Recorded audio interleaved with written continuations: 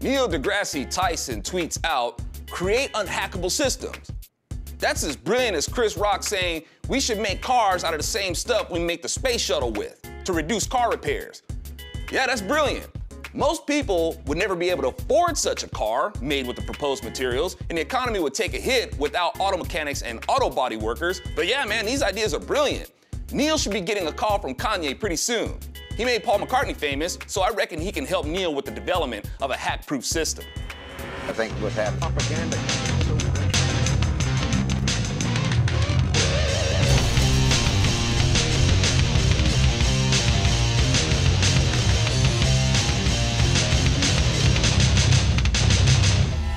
Perhaps Neil missed that part about that website Obama had put up. Remember that? I wouldn't hold my breath for them to make an unhackable system either, man. People are continuing to slide in our country illegally, and the efficacy in solving that problem is reflective in solving the hacking problem of people sneaking into places online. People just be getting in. Neil has a serious zeal for science, and I actually admire this kind of enthusiasm for, hey, let's solve this problem. Lots of atheists love Neil too. They keep trying to claim him as one of their own. It doesn't matter that he himself insists that he's an agnostic. The atheists selfishly disregard what he considers himself and project themselves onto him and tries to stick the A word in his mouth. Back off, man. No means no. If he's telling you he's not an atheist, leave him alone. And you atheists say we Christians are pushy. Our faith says if they ain't digging the gospel, then dust your sandals off and ease on down the road. We're not called to push our doctrine on folks. But atheists be going on to Wikipedia and insisting that Neil's an atheist. Even when it's corrected to say he's an agnostic, some atheists go back in there and change his status back to atheist. It's funny how liberals and atheists feel like they have the corner on science. Like they're the only ones who like it, and science is the answer. Meanwhile, liberals are always defaming and trying to sue people for what their wonderful science creates. Liberals have a seriously dysfunctional love-hate relationship with science. They love the rainforest and go on about how they need to be protected because of things like the medicinal harvests and discoveries to be made in there. Yet they hate the pharmaceutical companies that make use of these medicinal discoveries. The development of medicines is a science, but wonderful, well-meaning science sure does come with a lot of side effects, doesn't it? If science is so wonderful, it shouldn't have lawsuits chasing after them all the time. Science is wonderful and benevolent. Is it still wonderful when it dumps a bunch of carcinogens into lab rats? They go on about how wonderful science is and then complain about the frankenfoods and GMOs. But wait, I thought science could do no wrong. Of course, I understand that science in the wrong hands is bad. But let y'all tell it, science is the answer. Side note, even when science is applied to the detriment of humanity, the person waging it thinks they're doing it for the greater good. Some may disagree and say, no, they're just doing it for money and power. Okay, which means it's corruptible, which means it's not the answer. People are always complaining about the outcomes of chemistry, biology, and technology. It's causing cancer and Alzheimer's and birth defects and whatnot.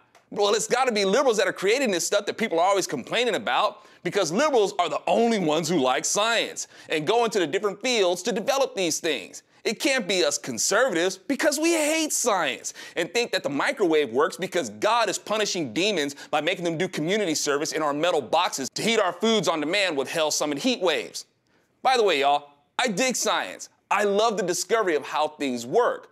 I just think it's sad that a lot of people think that you have to sacrifice knowledge to follow Christ. Wrong.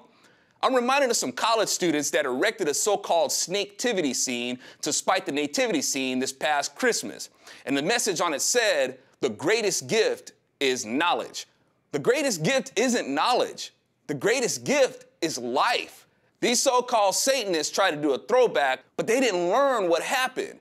Adam and Eve were suckered into valuing knowledge over life. So they overlooked the tree of life and went for the tree of knowledge of good and evil, and death followed. And still to this day, life is sacrificed in the pursuit of knowledge. The shallow ask, well, what good is life without knowledge? If you value knowledge over life, then murder will follow. If you value life first, then the knowledge you pursue will have far less side effects. That's as good as it would get in the fallen state our world is in. Had Adam and Eve not allowed themselves to be suckered into valuing knowledge over life, we wouldn't be in the mess that we're in now. They were already as smart as any of us could get. They were, after all, created in the image of God. But with the blessing of their free will, they allowed themselves to get greedy. They wanted to know more than God, even if it meant knowing evil. They thought they could know more. And we've seen that in human nature today, haven't we? People applying knowledge to great evil, not caring about life. But you, of course, are better than those people, right? I'm Alfonso Rachel with Zonation, and creating an unhackable system is a lot easier said than done. Hell, even the Garden of Eden got hacked, albeit by the world's greatest hacker, Satan, the blackest hat. I know. If God is so smart, how did Satan get into the Garden of Eden? If you really want to know the answer to that, grab a copy of my audiobook, Weapon of Mass Destruction. Come on, you're an open-minded, tolerant, and accepting liberal, right? And tries to stick the A word in his mouth.